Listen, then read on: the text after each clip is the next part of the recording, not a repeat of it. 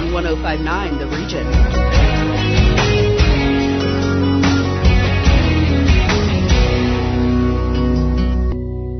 Earth Day is coming up later this month, and to celebrate our beautiful planet, the Richmond Hill Philharmonic Orchestra is holding a special concert called Nordic Reflections.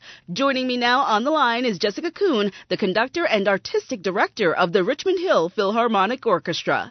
Jessica, what can you tell us about this upcoming event, Nordic Reflections? Yeah, April is a pretty special time for us.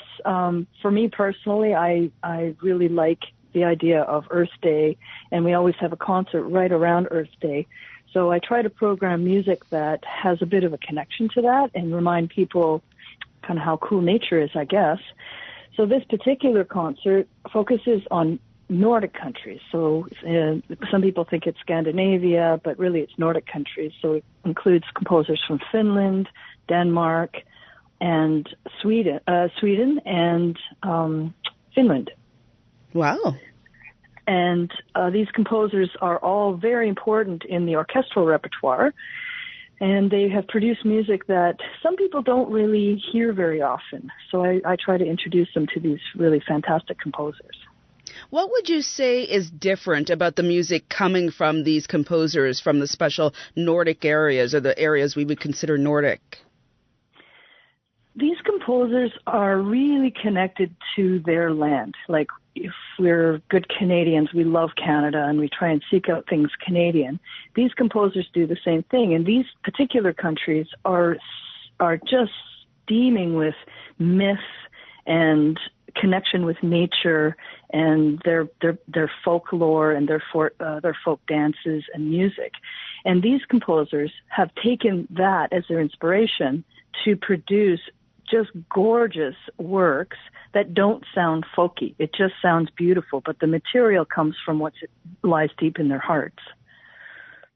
Now, is it a difference between, the Nordic-based music in terms of the instruments used? Is it more strings? Is it more horns? Is there really a difference, or do they kind of encompass the whole orchestra? They really do encompass the whole orchestra. They seem to have a real liking for wind instruments and brass instruments. And in our orchestra, we have absolutely fantastic wind musicians. And this music tends to have a little bit more of that than we're used to, especially if somebody really likes Mozart or Beethoven. That's very stringy stuff. And these composers have a really nice balance. So we actually hear more color in this music, and that's kind of why I like it a lot. Do you get that feeling when you're listening to it because we mentioned Earth Day and everything that's going on, a lot of people reconnecting with nature? Do you get that feeling that there's something more natural and organic about the music? Absolutely. This is the team of composers that really do it for people. They get into your heartstrings, and there's just they have a different way to compose their music that tends to pull on the heartstrings a little bit more, I think, than some other composers. But obviously that's a matter of preference. But these composers certainly think about that, and they're really trying to communicate their love for the things around them. And all these countries, they're all very small. They're just nature is all over the place. They live in the woods. Not going to lie, they live in the dark a lot, so they think about things a lot because they don't see a whole lot of sunlight. But when they do, they really bring it forward. Talk about some of the composers you are highlighting during this event. Well, I've sort of picked the big ones. Edvard Grieg is a Norwegian composer, and he's more known for his piano concerto and his little works. He's only done a handful of symphonic works, and the Symphonic Dances is one of his crowning achievements that really has that sort of folky elements to it.